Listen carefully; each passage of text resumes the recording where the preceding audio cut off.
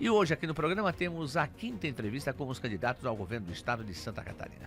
Nesta quarta-feira, dia 28 do mês de setembro, ano 2022, vamos conversar com o candidato Décio Neri de Lima, do PT. A partir de hoje, aliás, hoje você acompanha essa entrevista e amanhã teremos a última entrevista a esse respeito. E é importante porque o programa está colocando no ar essas entrevistas e nós continuamos essa série de participações dos candidatos ao governo do estado. E convidamos os 6 candidatos que melhores estão colocados nas pesquisas eleitorais, não é? É um momento único para você, eleitor, que nos acompanha para analisar as propostas de cada um deles para decidir o voto de maneira consciente. O nosso objetivo aqui é fortalecer o exercício da democracia para construir um estado melhor para todos. Nós vamos abordar temas das mais diferentes áreas e, claro, os assuntos relacionados ao nosso Vale do Itajaí. Você tem uma ideia? Nós já conversamos com o Jorginho Belo do PL, o Jean Loureiro do União Brasil, o Carlos Moisés da Silva do Republicanos e o Expedião Amin do Partido Progressista. E hoje, portanto, a vez de Décio Neri de Lima do PT.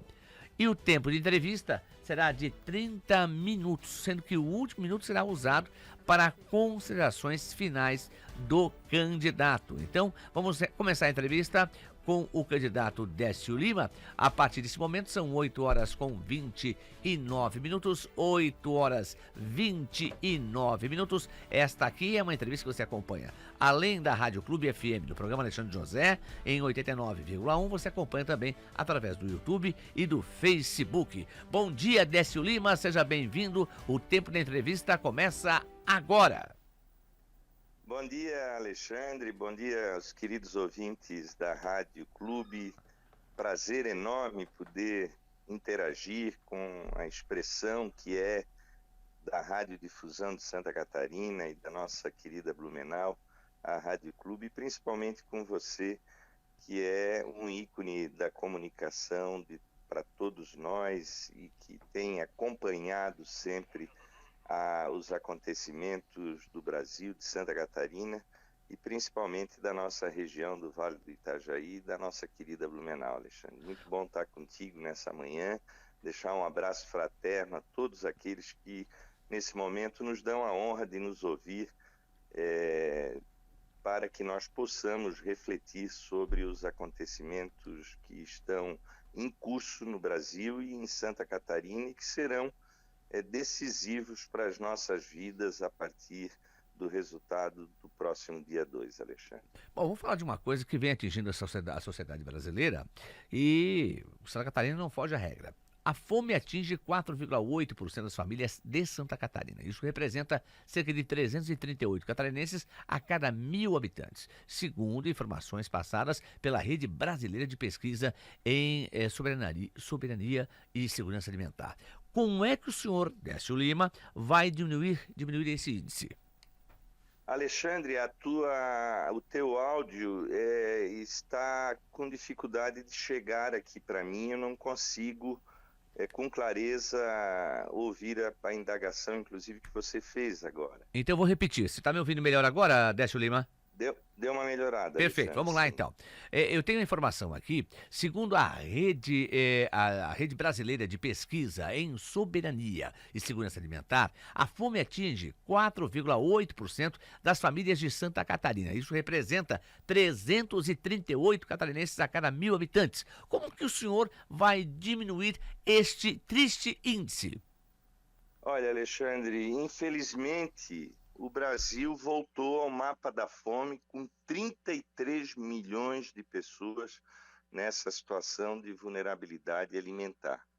Pessoas que acordaram agora cedo e não sabem se vão ter um pão para comer ao entardecer. Em Santa Catarina, o diagnóstico chega a 900 mil catarinenses, dividido em três, digamos, estágios. Aqueles que estão nesse cenário que não se alimentam corretamente, ou seja, não comem minimamente aquilo que é recomendável das 3 refeições por dia, o que representa em torno de 300 mil catarinenses, homens e mulheres. uma outra parte que compõe alguém que se alimenta e que consegue comer uma refeição por dia, dos quais são cerca também de 300 mil catarinenses, e aqueles que estão numa situação que não sabem se vão conseguir comer, que é aquilo que retrata a situação mais cruel deste contexto. Imaginar, Alexandre, que Santa Catarina vive um diagnóstico desse é realmente inimaginável depois que o Brasil saiu do mapa da fome e estabeleceu um processo de inclusão e de empregabilidade que se tornou paradigma para o mundo.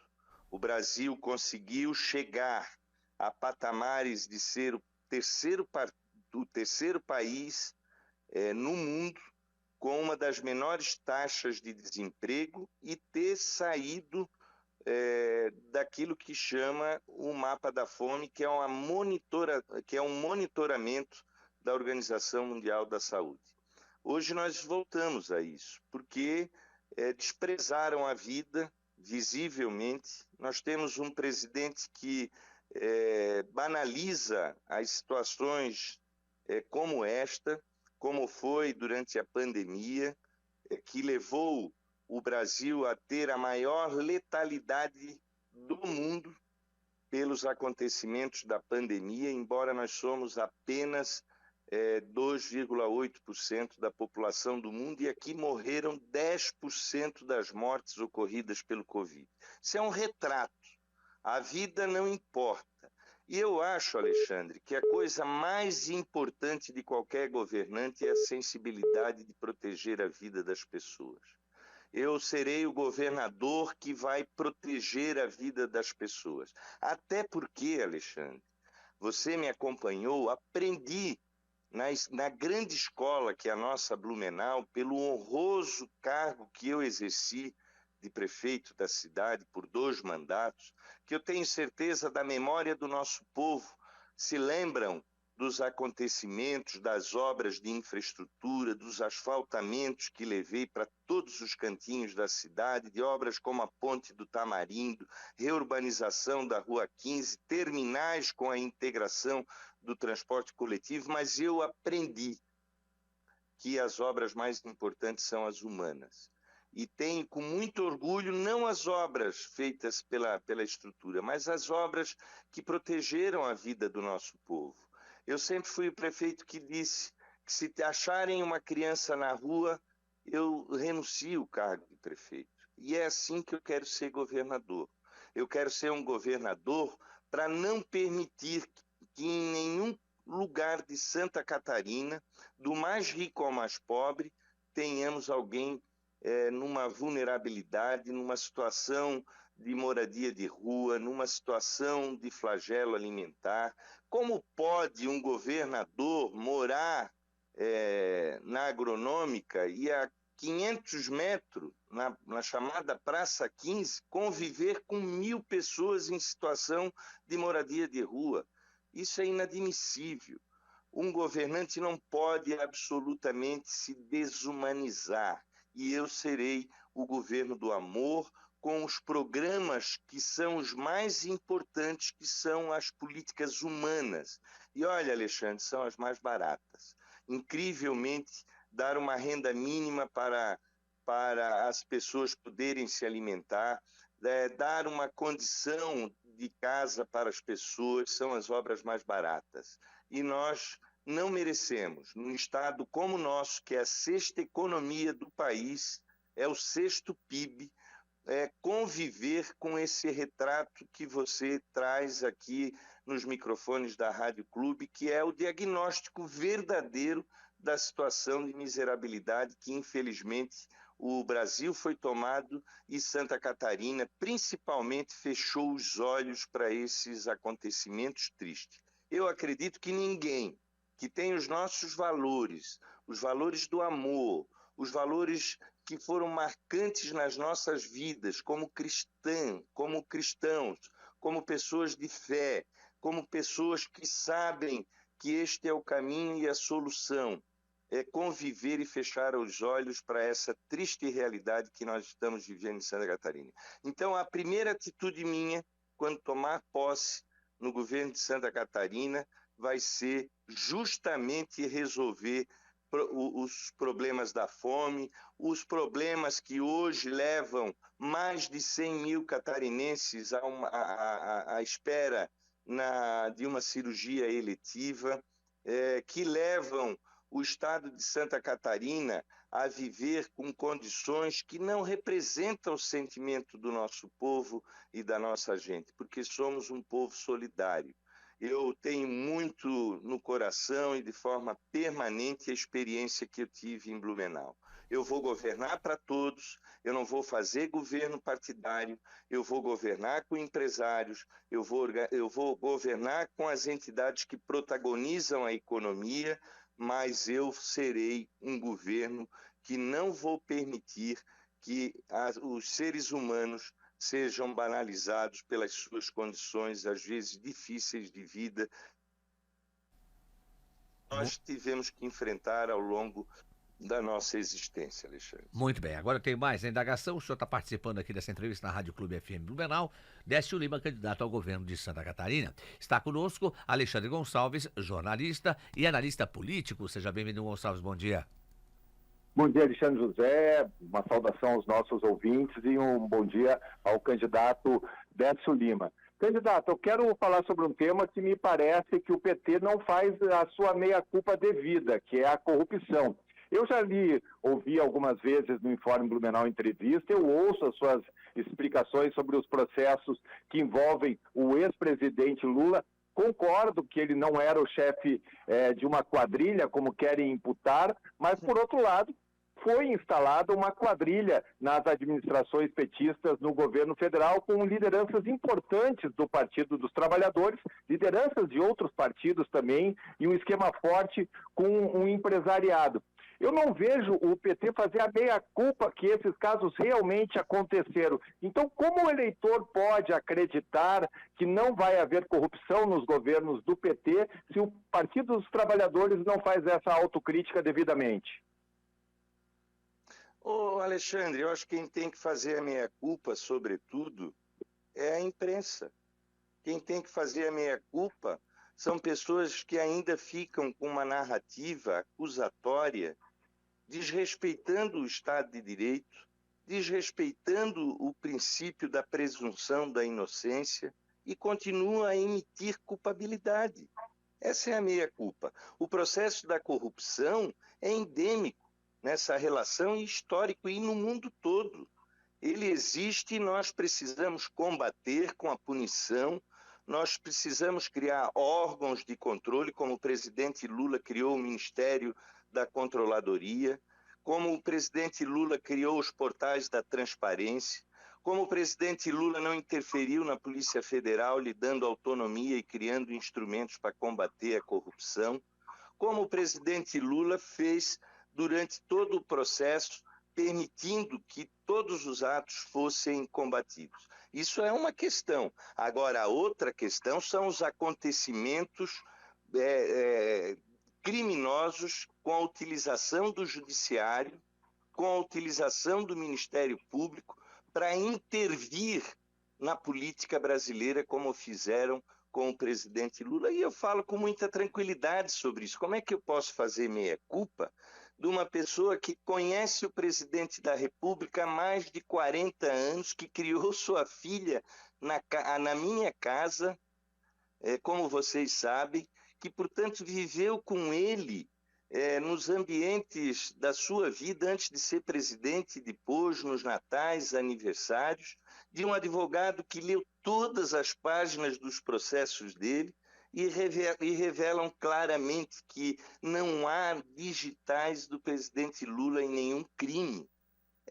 Agora, essa pergunta é boa, porque esse debate ainda precisa continuar em muito no Brasil, porque as pessoas ainda continuam com o dedo em risco, acusatórios, sem ter uma base no sentido de se estabelecer um processo dentro do curso legal. O presidente Lula, portanto, todos os 26 processos foram anulados, porque não havia absolutamente, foi identificado absolutamente, primeiro, digitais, e segundo, isso mesmo maculou o judiciário e envergonhou o judiciário, porque o processo não foi como deve ser o devido processo legal. Então, esses acontecimentos estão sendo desnudados. Agora, a pergunta que deveria ser feita para mim é se eu concordo que nós tenhamos 100 anos de sigilo dos acontecimentos que envolvem o atual presidente e a sua família. Eu deveria ser perguntado aqui, Décio, o que tu acha, Décio, dos 107 imóveis comprados sem justificativa, visivelmente com lavagem de dinheiro e com dinheiro trazido de propinas? Décio, como é que você vê o governo atual com a corrupção escancarada no Ministério da Educação, com propina que eu nunca vi paga em pedra de ouro, como o fizeram durante esse período? Como é que você vê, Décio, a entrega do pré-sal, que é a maior corrupção que esse país já se submeteu, entregar um patrimônio nosso pago com a riqueza nossa e fazer o nosso povo, todos nós, na bomba de gasolina, pagar a corrupção com a gasolina dolarizada. E que agora Santa Catarina teve que bancar parte disso com 3 bilhões e meio através de renúncia fiscal. É isso que eu acho que nós temos que enfrentar. Agora, eu quero dizer para você que eu tenho muito orgulho, porque nesse momento e em todo momento eu estive do lado certo da história. Eu não acreditei naqueles que crucificaram. Eu não acreditei naqueles que imputaram a todo momento acusações sórdidas, levianas, que macularam a vida do nosso povo, que traz esse retrato hoje desse desastre. Por conta desse tipo de acontecimentos que nós estamos vivendo com 33 milhões de pessoas passando fome. É por conta disso que o Brasil deixou de caminhar como estávamos caminhando para a 5ª economia do planeta. E hoje estamos pisando na 13ª economia. É por isso que hoje você que está me ouvindo sabe o quanto está difícil a vida, que deixou de alentar sonhos, de ter a sua casa, de ter o seu carro, de passear, de ter a vida que nós tínhamos no conforto do aumento da renda e dos processos de inclusão social. Isso trouxe para o Brasil uma situação terrível, uma situação de retirada da esperança do nosso povo. O Brasil entregava, em 2015, 4 milhões de veículos novos todos os anos para serem consumidos pelos trabalhadores que começaram a ter uma renda com dignidade, pelo crescimento da classe média, pelos empreendimentos que se impulsionou na época do presidente Lula, do micro e do pequeno negócio, e hoje são entregues apenas 1,5 milhão de veículos por ano. Ou seja, o consumo, a melhoria da qualidade de vida se reflete nesses números. São números que não dá para negar. Negar o que está acontecendo, inclusive, Alexandre, com Santa Catarina. Negar o que está acontecendo. Santa Catarina está sendo tratada com desprezo. 97 bilhões, aliás, de reais o povo catarinense paga de impostos. E o retorno é apenas de 7%. No tempo do Lula e da Dilma, era de 60%, que nos permitiram construir institutos federais, ampliar a universidade aí em Blumenau, iniciar a obra de duplicação da BR-470, executar a obra da BR-101 Sul, a ponte Anita Garibaldi, que impactaram no crescimento de 9 bilhões no PIB de Santa Catarina, fazer 30 institutos federais. Nós vamos retomar isso. Nós vamos retomar com aquele que não só é inocente, aquele que foi injustiçado. injustiçado como foram muitos personagens da nossa história, como foi Mandela, como foi Mahatma Gandhi, Martin Luther King, aqui pertinho o próprio Pepe Mujica. O Lula vai voltar para trazer dignidade para o nosso povo e continuar combatendo a corrupção, seja de que partido for. Inclusive nos procedimentos ali dos acontecimentos que querem imputar ao presidente Lula, a maioria não é do PT, não. A maioria são dos outros partidos. Aqui em Santa Catarina, eu desafio alguém a acusar alguma coisa acerca das lideranças do PT envolvida em qualquer procedimento que fira a dignidade e que levou a fazer qualquer tipo de desvios. Então, eu estou muito tranquilo com relação a ser pertencente a isso, inclusive para desnudar essa visão equivocada que felizmente já derreteu de achar que nós somos aqueles que somos culpados pelos processos de corrupção do nosso país. Vamos a mais uma pergunta, Maurício Catani. Bom dia, candidato. Falando agora de propostas, né? Como que o senhor pretende resolver o gargalo do trânsito aqui na nossa região do Vale do Itajaí? A gente sabe muito bem do problema da duplicação da BR-470. E em relação às rodovias estaduais que cortam a nossa região, a Jorge Lacerda, a Ivo Silveira, o que o senhor pretende fazer se for eleito? Olha, esses gargalos são visíveis em todos os adensamentos de Santa Catarina, principalmente na faixa litorânea, que é a grande metrópole de Santa Catarina.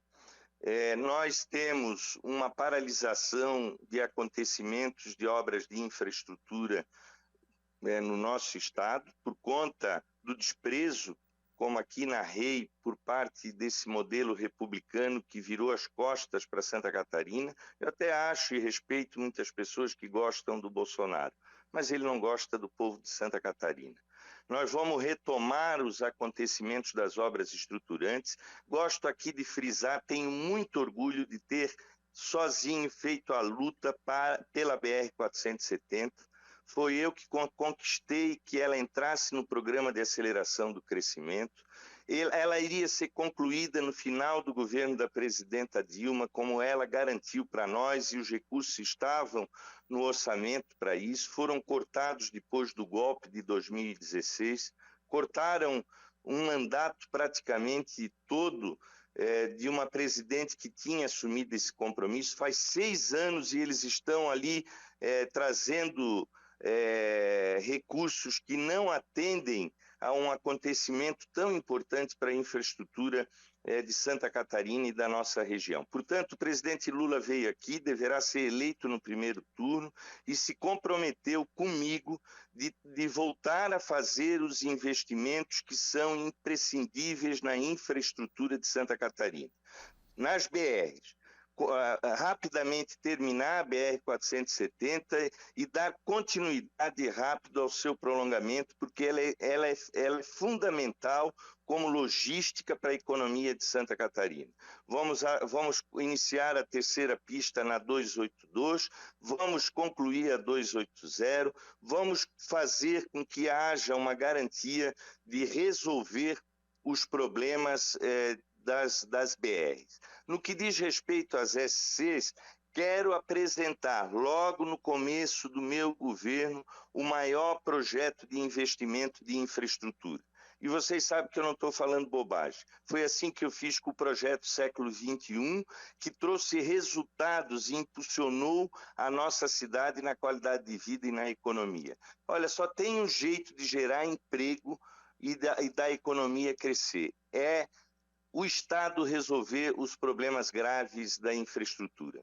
E no que pese ao urbanismo, eu sou um municipalista. Eu serei um prefeito sentado permanentemente nas 21 micro-regiões de Santa Catarina. Onde é que eu vou governar? Junto com vocês, na ANVI, sentado com os prefeitos, pensando na nossa grande região metropolitana e não levando PIX, mas dizendo, está aqui o dinheiro do Estado qual a prioridade aonde os prefeitos, as associações industriais e empresariais, aonde os segmentos produtivos, as cooperativas, as organizações sociais dos trabalhadores e da sociedade vão decidir na forma como o Blumenau já conhece, como eu fiz com o orçamento participativo.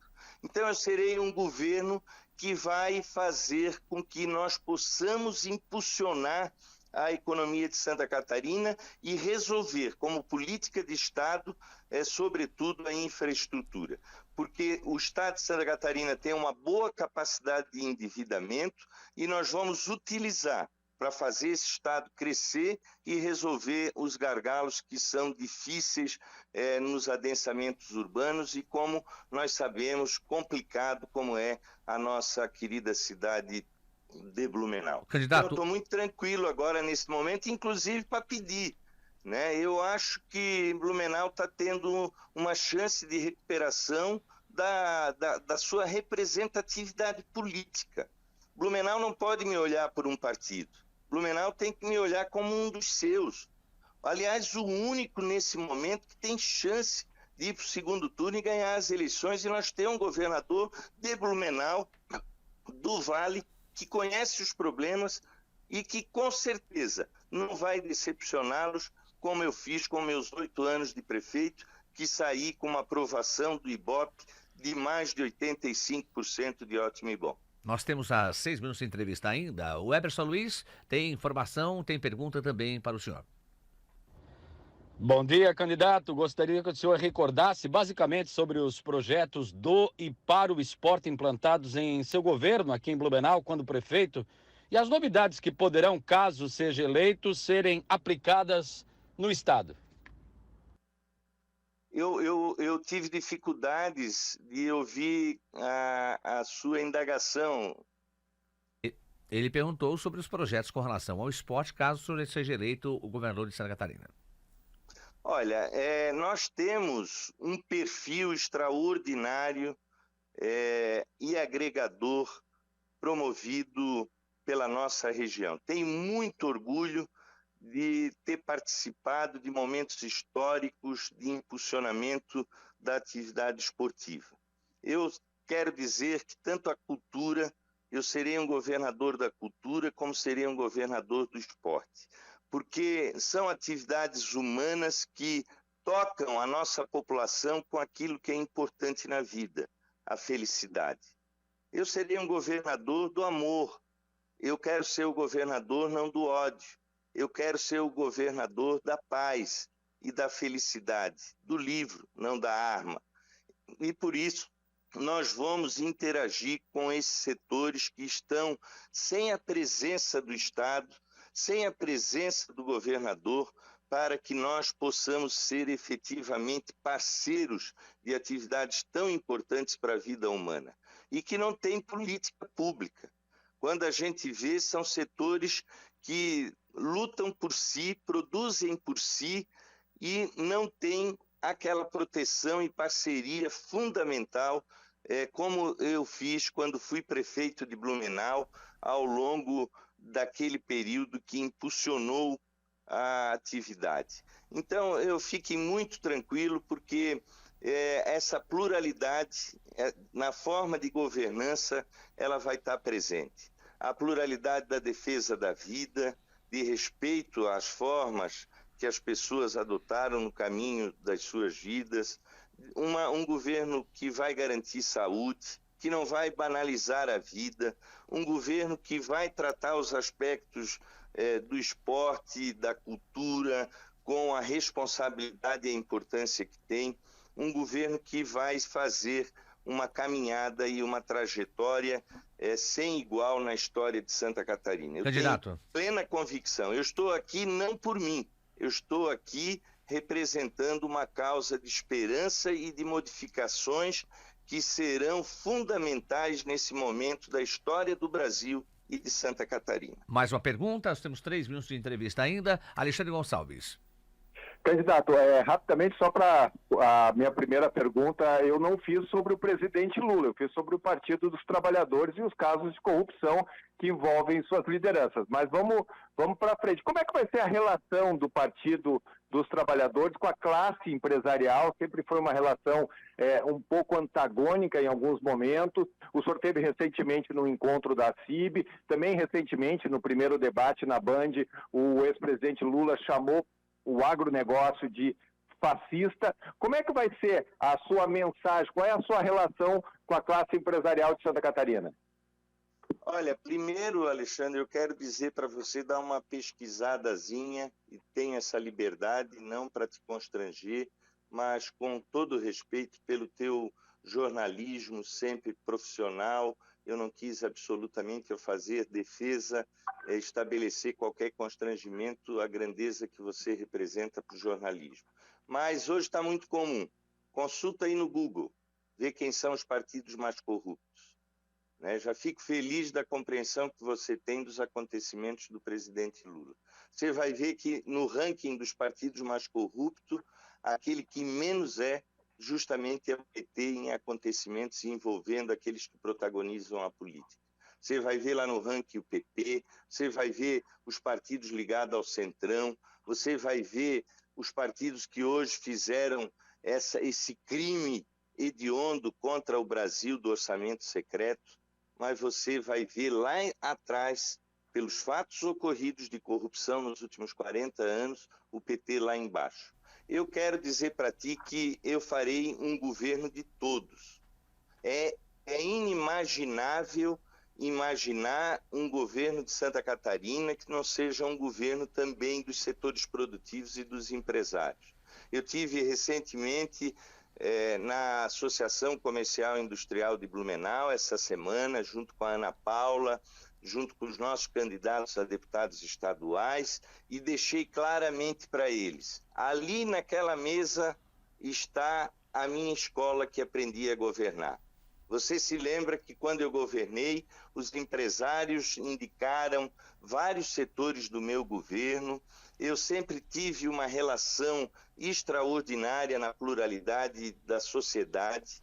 Eu reurbanizei a Rua 15 abraçado com entidades empresariais. Eu fiz acontecimentos marcantes na história, sempre em parceria com os empresários. Eu não tenho nenhuma dificuldade. Eu não vou fazer, como não é da minha concepção, nenhum governo partidário.